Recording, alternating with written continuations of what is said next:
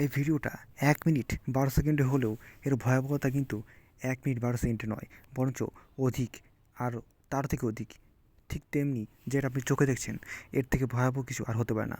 লাইভে কথা বলতে গিয়ে ঠিক ভালো লাগছিল না, কারণ লাইভে যাওয়ার থেকে ঠিক জানিয়ে দেওয়া ভালো, সতর্কতা অনেকটাই গুরুত্বপূর্ণ।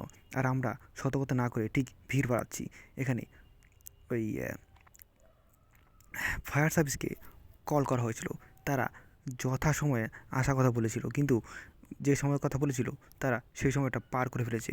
কেন এখানে তাদের লেট হচ্ছে ঠিক বলা যাচ্ছে না। এটা তাদের আসার গাফিলতি নাকি ইচ্ছাকৃতভাবে ভুল, সে আমরা কেউ বলতে পারছি না। ঠিক এভাবে বলাও যাবে না, কারণ এটা বলার মতো নয়।